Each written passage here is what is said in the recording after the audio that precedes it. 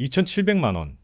이 금액 때문에 한국 경제의 심장이라 불리는 삼성전자에서 충격적인 파업이 예고되어 세간의 이목을 집중시키고 있습니다.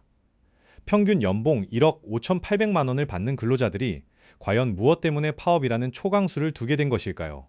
정말 놀랍고도 복잡한 상황이 아닐 수 없습니다. 연봉 1억 5,800만 원을 받는 근로자들이 고작 2,700만 원 때문에 총파업을 감행한다는 이야기, 언뜻 들으면 이해하기 어려울 수도 있습니다.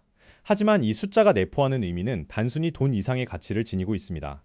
이 파업이 잘 나가던 삼성전자 주가와 우리 경제에 어떤 영향을 줄지 잠시 후 공개되는 충격 데이터까지 꼭 보셔야 합니다. 한국 경제의 미래를 가늠할 중요한 열쇠가 될 것입니다. 이번 파업은 이전과는 차원이 다를 것이라는 관측이 지배적입니다. 삼성전자 최대 노조인 초기업 노동조합 삼성전자 지부의 조합원 수가 지난 3월 31일 기준 무려 7만 명을 돌파했습니다. 이는 전체 삼성전자 임직원의 약 70%에 달하는 엄청난 숫자입니다. 이 거대한 조직이 5월 21일부터 18일간 파업에 돌입할 가능성이 매우 커지면서 재계 전체가 바싹 긴장하고 있습니다. 만약 이 파업이 현실화된다면 업계 전문가들은 삼성전자가 최소 5조 원, 많게는 10조 원에 달하는 막대한 손실을 볼 수 있다고 경고하고 있습니다. 2024년 파업 때보다 그 규모가 훨씬 클 것이라는 관측도 나오고 있어 단순한 노사 갈등을 넘어 한국 경제 전반에 심각한 파장이 미칠 것이라는 우려의 목소리가 커지고 있습니다. 특히 반도체 산업은 한국 전체 수출의 무려 35%를 차지하는 핵심 중의 핵심 분야입니다. 지금 이 순간에도 대다수 산업이 큰 불황을 겪고 있는 현 시점에서 한국을 먹여 살리는 게 반도체라고 해도 과언이 아닐 정도죠. 이런 상황에서 반도체 생산에 차질이 생긴다는 것은 국가 경제에 치명적인 타격이 될 수 있습니다. 게다가 삼성전자는 최근 엔비디아의 차세대 AI, 가속기, 베라루빈 공급망에서 HBM4, 즉 6세대 HBM 양산을 통해 주도권을 잡는 등 K반도체 열풍을 이끌고 있습니다. 기존 HBM3 경쟁에서의 아쉬움을 싣고 시장 판도를 흔들고 있는 중요한 시기에 발생한 파업 소식은 정말 충격적일 수밖에 없습니다. 왜 이럴까요? 자, 그러면 무엇이 이토록 큰 갈등을 불러일으킨 것일까요? 이번 삼성전자 노사 갈등의 핵심 쟁점은 바로 초과 이익성 과급, 줄여서 OPI의 상한선 폐지 요구입니다. 노조는 현행 OPI 지급 방식이 경제적 부가가치 기준이 모호하여 공정한 성과 보상을 받지 못한다고 주장하며 제도적인 개선을 강력하게 요구하고 있습니다. 하지만 사측의 입장은 다릅니다.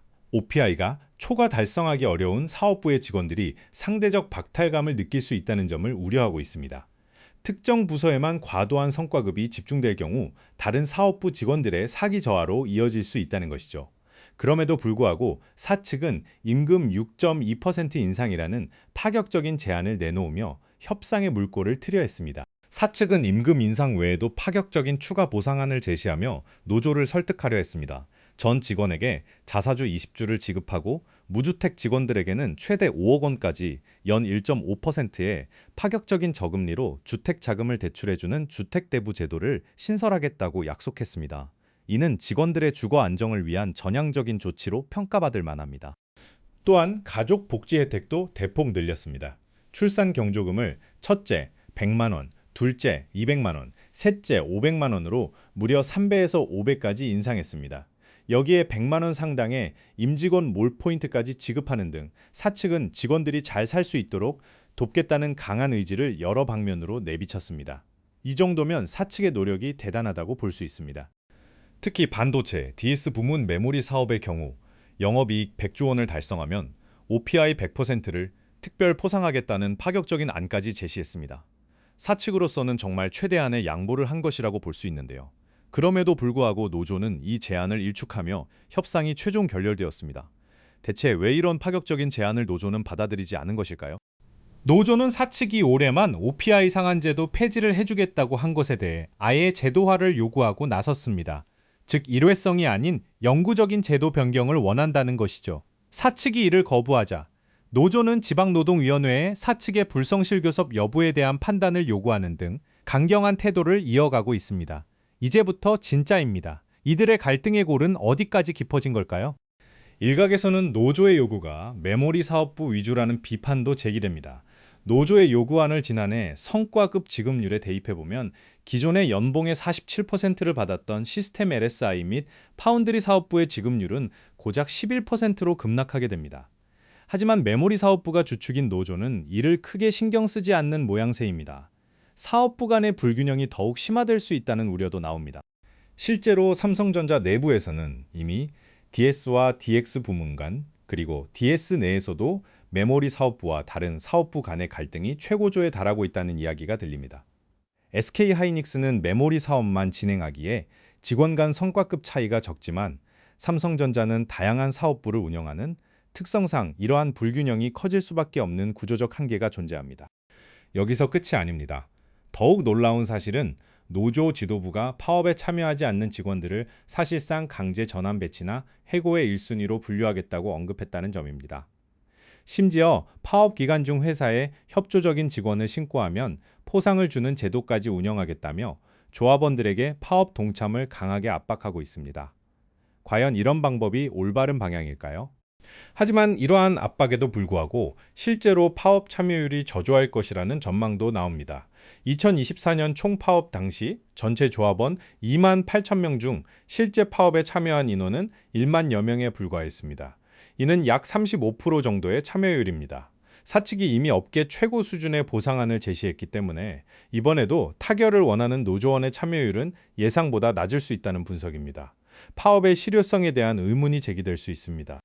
이러한 과도한 성과급 요구는 주주들로부터도 비판의 목소리를 듣고 있습니다. 예를 들어 SK 하이닉스는 지난해 임직원 연봉 1억 원 기준 무려 1조 6천억 원의 성과급을 지급했는데 이에 대해 주주들 사이에서 과도하다는 비판이 제기된 바 있습니다. 삼성전자가 성과급 기준을 변경할 경우 주주들의 반발은 더욱 거세질 수 있어 경영 부담으로 작용할 수 있습니다. 이 상황은 마치 여러 가지 맛의 음식을 파는 유명 식당에서 특정 메뉴를 만드는 요리사들이 자신들만 더 특별한 대우를 요구하며 다른 요리사들과 갈등을 빚는 것과 같습니다.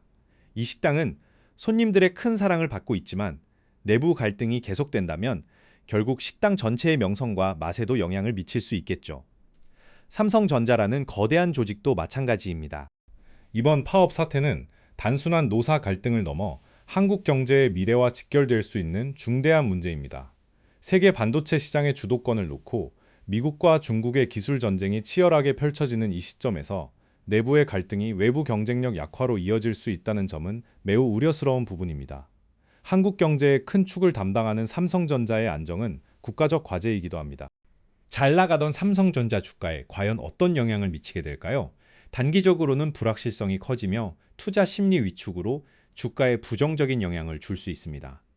하지만 장기적으로는 노사 합의를 통한 안정적인 경영 환경 구축과 글로벌 시장에서의 경쟁력 확보가 더 중요합니다. 과연 삼성전자는 이 위기를 어떻게 헤쳐나갈까요?